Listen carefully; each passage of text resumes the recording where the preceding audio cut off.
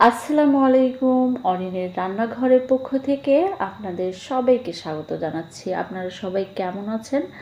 আশা করছি সবাই অনেক ভালো আছেন। আজকে আমি আপনাদেরকে খুবই সহজভাবে গুঁড়ো দুধ দিয়ে রসমালাই তৈরি করে দেখাবো। আর যারা এই রসমালাইটা একদম পারফেক্টভাবে তৈরি করতে পারেন না, তাদের জন্য আজকের টিপস সহ এই রসমালাইয়ের রেসিপিটি আপনাদের সঙ্গে শেয়ার করেছি। আশা করছি আমার আজকের রসমালাইয়ের রেসিপিটি আপনাদের কাছে ভালো লাগবে। আর এই রসমালাইটা কিন্তু আমি 2 প্যাকেট গুঁড়ো দুধ দিয়েই তৈরি করে নিয়েছি। আর এই রসমালাইটা খেতে কিন্তু ভীষণই দারুণ। এখানে প্রথমেই আমি একটি বাটিতে 2 প্যাকেট গুঁড়ো দুধ নিয়ে নিয়েছি। আর এখানে আমার লাগবে একটা ডিম। আজকে আমি কুসুমটা দিব না, এখানে আমি ডিমের সাদা অংশটাই দিয়ে দিব। এজন্য ডিমের সাদা অংশটা কিছুক্ষণ খুবই ভালোভাবে মিশিয়ে নিতে হবে। আর আমি কিন্তু এখানে ডিমের কুসুমটা ব্যবহার করিনি। ডিমের কুসুমটা দেওয়ার ফলে এটার মধ্যে একটা গন্ধ আসে, এই জন্য আমি এখানে ডিমের সাদা অংশটাই শুধু ব্যবহার করেছি। এখন এখানে 1 চামচ পরিমাণ ঘি দিয়ে দিয়েছি। ঘি দিয়ে এই গুঁড়ো দুধটা খুবই ভালোভাবে মেখে নিতে হবে। আর এই মেখে নেওয়ার পরে যখন এইভাবে মুট করলে ভেঙে যাবে না, তখন বুঝতে হবে যে এই গুঁড়ো দুধটা খুবই ভালোভাবে মেখে নেওয়া হয়ে গেছে। এখন আমি ডিমের সাদা অংশটা এই গুঁড়ো দুধের সঙ্গে মিশিয়ে একটা ডো তৈরি করে নিব। আর এখানে কিন্তু একটা ডিম দিয়েই আমি মেখে নিয়েছি। আপনার যদি এখানে ডিমের পরিমাণটা বাড়িয়ে এবং কমিয়ে দিতে পারেন। খুবই ভালোভাবে মেখে নেওয়া হয়ে গেছে। এখন আমি এটা 5 মিনিটের জন্য একটি প্লেট দিয়ে ঢেকে রেখেছি। এখন আমি 5 মিনিট পরে এই মিষ্টিগুলো বানিয়ে নিচ্ছি। আর আজকের এই মিষ্টিগুলোর শেপটা আমি একটু বড় বড়ই দিয়ে দিয়েছি। আপনারা আপনাদের পছন্দ মতো এই শেপটা দিয়ে দিতে পারেন। আর মিষ্টিগুলো বানানোর সময় অবশ্যই কিন্তু হাতে ঘি মাখিয়ে নিতে হবে, তাহলে এই মিষ্টিগুলো খুবই ভালো হবে এবং মিষ্টিগুলোর উপরটা একদম সমান হবে। মিষ্টিগুলো বানানো হয়ে গেছে। এখন আমি চুলায় দুধ দিয়ে দিয়েছি। আর এখানে আমি 1 কেজি পরিমাণ দুধ নিয়ে নিয়েছি। এখন দুধটা আমি কিছুক্ষণ জাল করে নিব। দুধটা যখন বলক চলে আসবে তখন এখানে মিষ্টিগুলো দিয়ে দিতে হবে। তার আগে কিন্তু এখানে মিষ্টি দিলে পরে মিষ্টিগুলো ভেঙে যেতে পারে। তাই অবশ্যই আপনারা এই দিকটি লক্ষ্য রাখবেন যে দুধটা ফুটে ওঠার পরেই মিষ্টিটা দিবেন। যারা একদম নতুন তারাও কিন্তু আমার আজকের এই রেসিপিটি দেখে বাসায় একবার হলেও এই মিষ্টিটি বানিয়ে খেতে পারবেন।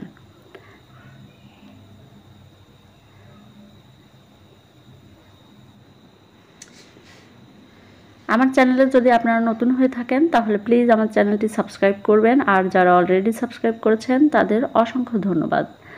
এখন আমি এখানে মিষ্টিগুলো দিয়ে দিচ্ছি। আর এখানে আমি চুলার আঁচটা কমিয়ে দিয়ে দিয়েছি। আর মিষ্টিগুলো দিয়ে কিন্তু নাড়াচাড়া করতে যাবেন না, তাহলে কিন্তু মিষ্টি ভেঙে যেতে পারে। এই জন্য মিষ্টিটা দেওয়ার পরে কোনো চামচ দিয়ে নাড়াচাড়া করবেন না। এখন এই মিষ্টিটা আমি ঢাকনা দিয়ে ঢেকে কিছুক্ষণ জাল করে নিব। আর মাঝে মাঝে ঢাকনাটা খুলে দিতে হবে যেন দুধটা উতলে পড়ে না যায়। এজন্য মাঝে মাঝে ঢাকনাটা একটু খুলে দিতে হবে। আর এই মিষ্টিটা কিন্তু কিছুক্ষণের মধ্যেই কিন্তু দুধের উপরে ভেসে উঠবে। আর এটা কিন্তু নাড়াচাড়া করিনি, তারপরেও কিন্তু নিচ থেকে লেগেও যাবে না। আপনারা একটু সময় নিয়েই এই মিষ্টিটা তৈরি করে নেবেন। দেখতে পাচ্ছেন মিষ্টিগুলো কিন্তু একদম উপরে চলে এসেছে। আর মিষ্টিগুলো খুবই ভালোভাবে তৈরি করা হয়ে গেছে। এখন আমি মিষ্টিগুলো উঠিয়ে নিচ্ছি। আর এখানে মিষ্টির সঙ্গে কিন্তু আমি 1 চামচের বেশি দুধ দিয়ে দিয়েছি যেন মিষ্টিটা উঠিয়ে নেওয়ার পরেও চুপসে না যায়। এই জন্য এখানে কিছুটা দুধ দিয়ে দিতে হবে। আর এখন ওই দুধের মধ্যে দিয়ে দিচ্ছি কিছুটা চিনি দিয়ে এখন আমি এই দুধটা একদম ঘন করে নিব। এখন এখানে দিয়ে দিচ্ছি গুঁড়ো দুধ। আর এখানে আমি গুঁড়ো দুধ 3 চা চামচ দিয়ে দিয়েছি, আপনারা আপনাদের পছন্দ মতো দিয়ে দিতে পারেন। আর মিষ্টিটাও কিন্তু পছন্দের উপর নির্ভর করে, এখানে আপনারা আপনাদের টেস্ট অনুযায়ী মিষ্টিটা দিয়ে দিবেন। আবার এখানে আপনারা চাইলে একটা এলাচ এবং দারচিনিও দিয়ে দিতে পারেন, তাহলে ফ্লেভারটা ভালো আসবে। এখন দুধটা বেশ কিছুক্ষণ সময় নিয়েই কিন্তু জাল করে একদম ঘন করে নিতে হবে, খুব বেশি ঘন হবে না। ঠিক সেই সময়ে আমি আবারও কিন্তু এখানে মিষ্টিগুলো দিয়ে দিব।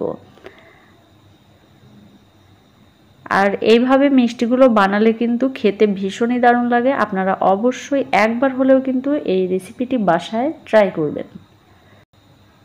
এখন এখানে আমি আবারও মিষ্টিগুলো দিয়ে দিচ্ছি, আর আপনারা একটু লক্ষ্য করলেই দেখতে পারবেন যে মিষ্টিগুলো কিন্তু একটু চুপসে যায়নি, যেমন ফুলেছিল ঠিক তেমনই আছে। আপনারা কিন্তু এই টিপসগুলো ফলো করবেন আর এইভাবেই তৈরি করার চেষ্টা করবেন, তাহলে আপনারা দেখবেন যে এই মিষ্টিটা ঠিক কতটা পারফেক্ট হয়েছে এবং এর ভেতরটা কিন্তু একদম নরম হয়ে যায়, আর এটা খেতেও ভীষণই মজার। দেখতে পাচ্ছেন দুধটা কিন্তু অনেকটাই ঘন হয়ে গেছে। আমি আরও কিছুক্ষণ জাল করে নিব, যেন মিষ্টির মধ্যে যে চিনিটা দিয়ে দিয়েছিলাম সেই চিনিটা যেন ভালোভাবে যায়, এই জন্য মিষ্টিটা আরও কিছুক্ষণ আমি জাল করে নিব। এতে করে দুধটাও আরও অনেকটাই ঘন হয়ে যাবে। আর আপনারা দেখতেই পাচ্ছেন যে এখানে কিন্তু মিষ্টি একটাও ভেঙে যায়নি, একদম পারফেক্ট হয়েছে। মিষ্টিগুলো হয়ে গেছে, এখন আমি চুলা থেকে নামিয়ে নিব। দেখতে পাচ্ছেন তৈরি হয়ে গেল খুবই অল্প সময়ে খুবই মজাদার রসমালাই রেসিপিটি। আশা করছি আমার আজকের এই রেসিপিটি আপনাদের কাছে ভালো লেগেছে। ভালো লাগলে প্লিজ আমার চ্যানেলটি সাবস্ক্রাইব করবেন আর একটি লাইক, কমেন্ট এবং শেয়ার করবেন। এখন এখানে আমি মিষ্টি উঠিয়ে কেটে দেখিয়ে দিচ্ছি যে এর ভেতরটা ঠিক কতটা সফট হয়েছে, আর এটা কিন্তু একদম নরম হয়েছে।